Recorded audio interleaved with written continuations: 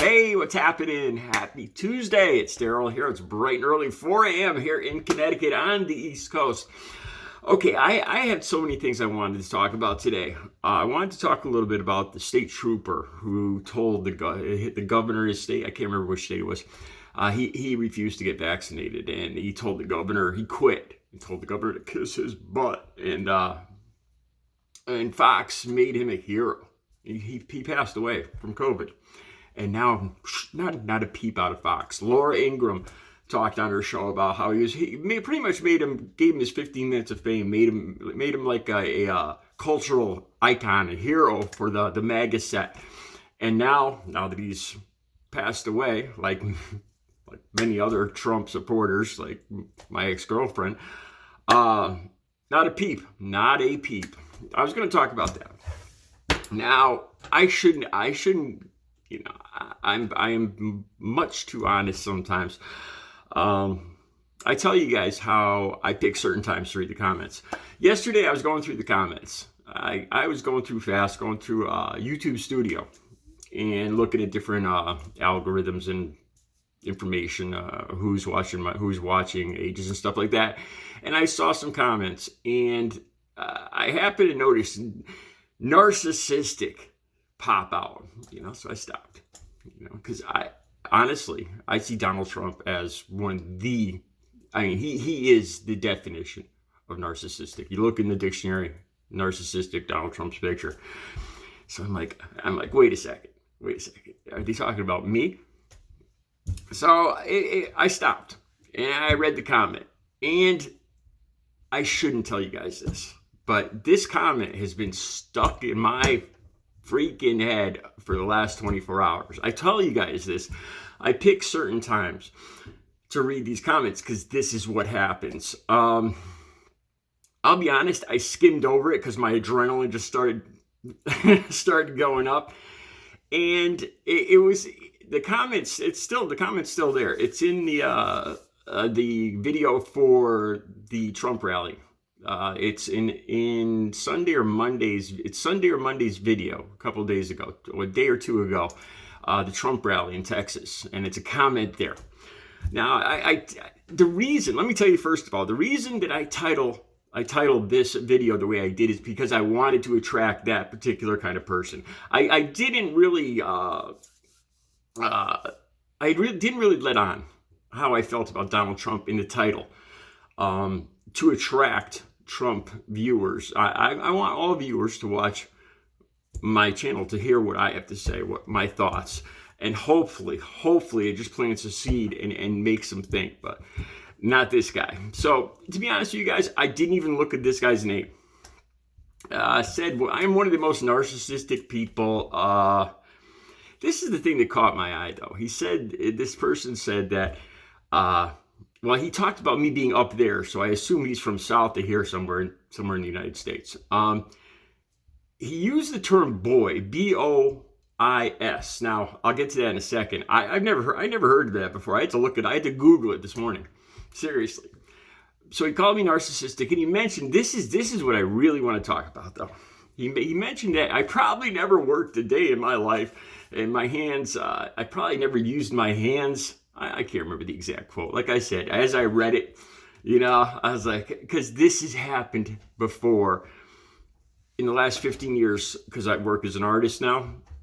I actually have right now I have 6 paying gigs. I'm not going to share them all with you because I don't need people like this getting involved in my money making jobs. But I do logo design. I have the YouTube channel. I'm an artist, which has worked out. I never dreamed I would do as well. I never even dreamed of being an artist until the last 15 years.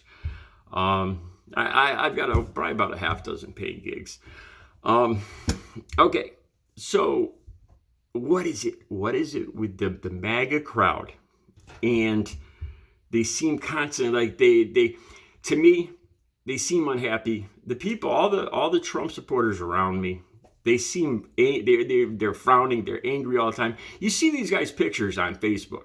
Look, I know there's a lot of you guys that watch me that have goatees. I'm not stereotyping you guys, but the Trump supporters that I see always got the scowl, trying to look tough. I'm always smiling, man. I'm happy. Life couldn't be better for me. I love life. But these Trump supporters always, angry, trying to look tough. The poor white, downtrodden white man. Oh, Marjorie Taylor Greene recently talked about how the plight of the poor white guys in the Supreme Court and all that stuff. Oh, and the January 6th insurrectionists. But anyway, they always look unhappy. And like on TikTok, you always see these guys, this bunch bragging about how they're working so hard and earning their paycheck, and they're all proud about it. And so this comment insinuates that I never worked in my life, that I'm just sitting up here, supporting China and Biden, the usual claptrap. And this really bothered me. As you guys know, I lost my father when I was 9. I worked. Let me just give you a brief, because I got to say this. I bought my first car at 15 years old, before I even had my license. I worked for 2 years, 5 different paper routes every day. I had 4 different paper routes during the afternoon, and on Sundays I had 5 different paper routes. I earned $2,000 to buy my first car, a Dodge 1975 Dodge Charger. It looked like a Cordova. I bought it before I even had a license to drive. It sat in the yard until I got my license at 16. I bought it completely with my paper route money, working. I worked. I worked in a factory while I went to school. I worked from 7 in the morning, the morning shift, 7 to 3. And then, I'm sorry, that was just during the summer.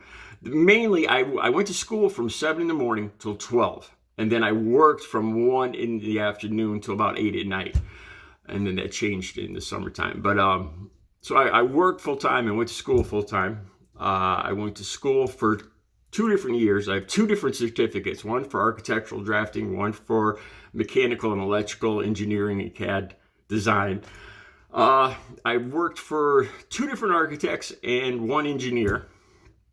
I drove a truck for 12 years in New York City, White Plains, Connecticut, delivering magazines and newspapers. A company called Yankee News up here in Connecticut. They're now, they got bought out. They're now part of like Hudson News or something like that. But I'm a Teamster, local 917 out of Manhattan. The real deal, man. We used to see these guys come up in Lincolns, long leather jackets. This was in the 90s. Man, swear to God. And the best thing was, these are the guys that had our backs, the workers. Anyway, I drove a truck for a company called Hoboken Wood Floors, a flatbed truck. I had my class 1 license. That was one of the hardest jobs I ever had. I actually ruptured a disc in my back. I used to go out every day with a full flatbed of pallets of hardwood flooring. Each bundle weighs about 80 pounds. And I had literally hundreds of these bundles that I would carry all day long, with 2 of them, 160 pounds at a time on my shoulder, back and forth from my truck across a construction site to these huge houses in Connecticut, New York, Long Island. I could go on and on. I've worked my entire life. So the thing that drives me crazy, okay, so these guys, they always got to find, like I told you guys in another video, another Trump supporter asked me, there was a picture I put on Facebook of me and my bike, and this Trump supporter said, well, where's the work boots? I don't see the work boots there. Meaning, like, why am I riding my bike? I should be out working. These people all seem freaking miserable, and it's like they want everybody else to be miserable. The other thing is, I guess it's because they think they pay taxes, so they don't feel like they should have to pay for these people that want to sit around and not work and eat bonbons all day, and these welfare people and all this other stuff. I got a link down below. Okay, this is from 2012. This is the first one I found though. A person making $50,000 a year, $36, a mere $36 of that actually goes for food stamps, and another $6 for the other safety nets. So maybe $40 a year. And they think that entitles them to go around asking everybody, you know, or insinuating that nobody works as hard as they do. Nobody's as miserable as they are. You know, honestly, I don't know if I should feel bad for these people or what. I got the article. This is a great article. And it says about how the same person pays $6,000 into corporate welfare. These companies that are already paying their CEOs millions in bonuses. $6,000 out of their paycheck, each year for corporate welfare. But they don't complain about that. You don't see them complaining about that. They think they can. They go around and ask people like me, you know, how come you're not working? You know, because they pay a mere pittance of maybe $40 a year into a social safety net. Okay, now on to that term boy. I had to look that up. Apparently, it means a person of Native American ancestry and French Canadian ancestry, which is me. I can tell if it's an insult or not. I never heard of this before.